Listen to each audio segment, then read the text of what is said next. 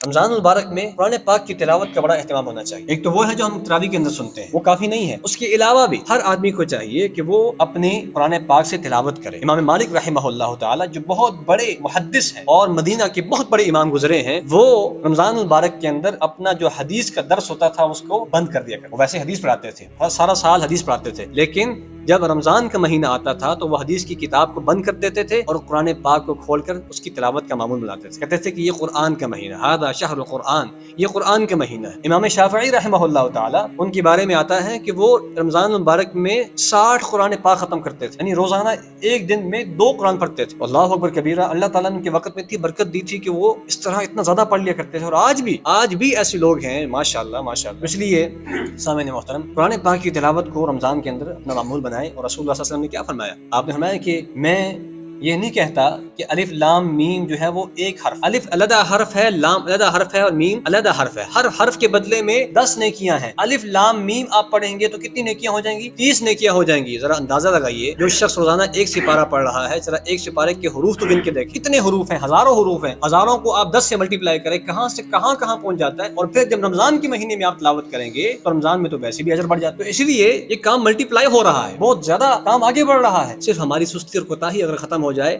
تو ہم رمضان کے اس بابرکت مہینے کو بہت قیمتی بنا سکتے ہیں۔ اسی طرح سامعین محترم، وہ لوگ جو کہ قرآن پاک کو پڑھنا چاہتے ہیں لیکن قرآن پاک پڑھتے ہوئے تھوڑا سا ان کی زبان جو ہے وہ اٹکتی ہے، یا تو بزرگی کی وجہ سے، یا یہ ہے کہ وہ ان کی زبان میں لکنت ہے، یا کوئی اور مسئلہ ہے۔ کسی بھی صورت میں اگر کسی آدمی کے ساتھ یہ مسئلہ ہے تو وہ بھی اجر سے محروم نہیں ہے۔ قرآن پاک کی تلاوت نہ چھوڑے۔ صحیح بخاری صحیح مسلم کی روایت ہے، اللہ کے رسول نے فرمایا، وہ لوگ جو کہ قرآن پاک کی مہارت رکھنے والے ہیں، تجوید کے ساتھ قرآن پاک کو پڑھنے والے ہیں، اچھی آواز کے ساتھ پڑھنے والے ہیں، کل قیامت کے دن وہ معزز اور مکرم فرشتوں کے ساتھ قیامت کے دن کھڑے ہونا بڑا اعزاز ہے۔ ان لوگوں کا جو قرآن پاک کو اچھے انداز سے پڑھتے ہیں، تجوید کے ساتھ پڑھتے ہیں، اس کے حق ادا کرتے ہیں، تو یہ لوگ کل قیامت کے دن معزز فرشتوں کے ساتھ کھڑے ہوں گے میدان محشر میں۔ اور وہ لوگ جو قرآن پاک کو پڑھتے ہیں لیکن ان کی زبان میں کوئی مسئلہ ہے، اٹک اٹک کے پڑھتے ہیں، مشکل سے پڑھتے ہیں، وَيَتَتَعْتَعُ فِيهِ وَهُوَ عَلَيْهِ شَاقٌ لَهُ أَجْرَانِ، فرمایا کہ وہ آدمی جو اٹک اٹک کے قرآن پڑھتا ہے لیکن پھر بھی پڑھ رہا ہے، شوق سے پڑھ رہا ہے، اللہ تعالیٰ کی طرف سے رحمت کی دریا اس طرح بہ رہے ہیں کہ اللہ تعالیٰ اس کو دوہرا اجر عطا فرمائے، اس کو اللہ تعالیٰ عام پڑھنے والے سے دوہرا اجر عطا فرمائیں گے۔ کیوں؟ کیونکہ یہ محنت کر رہا ہے، یہ کوشش کر رہا ہے، اگر جس کی زبان اس کا ساتھ نہیں دے رہی لیکن یہ محنت اور کوشش کر رہا ہے۔